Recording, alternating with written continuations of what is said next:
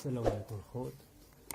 اليوم غادي نجمع هنايا الدجاج. كتبان لي القضيه مرونه، وهذا الشيء باش ما كيبقى كيدير لهم الامراض.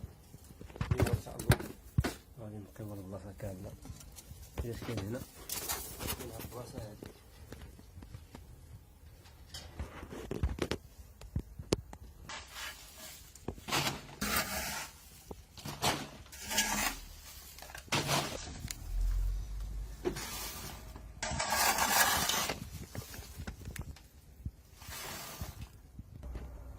بحال هاد النجارة ديال الخضرة كنصيحة، راه غير كتزيد لكم الزبل على الزبل اللي كاين في البراكة.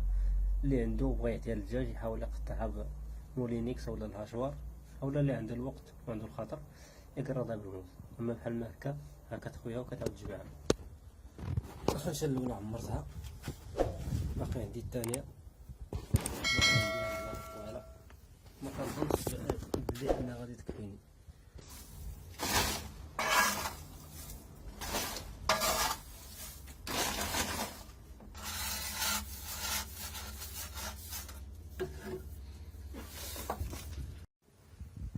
هاد البلاصة مضيقة واحد شوية كتكرفصني، ولكن غادي نقدها ان شاء الله.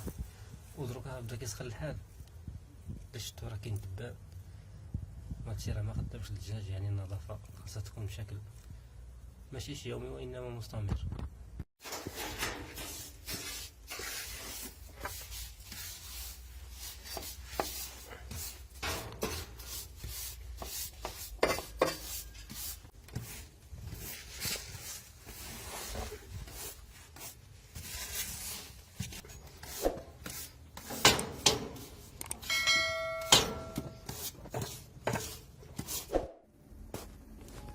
دابا رشدت من هنا الحمد لله.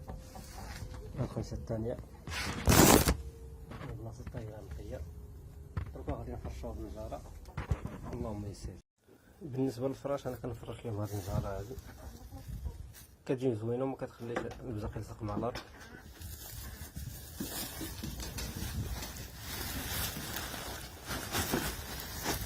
كتجي ساهلة إلا باغي تجمعها، غير هي إلا بغيتي تجيبها من النجار جيب ديك الغليظة، ما تجيبش ديك الرقيقة. هي ديك الرقيقة كدير لهم ضيق التنفس، كتخليهم على الخنافر ديالهم.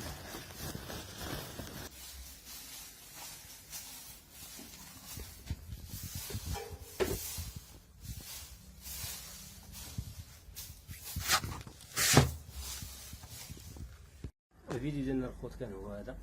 اللي عجبو مينساش يدير لنا واحد لايك ويشترك معنا في القناة، سواء على الفيسبوك او على اليوتيوب.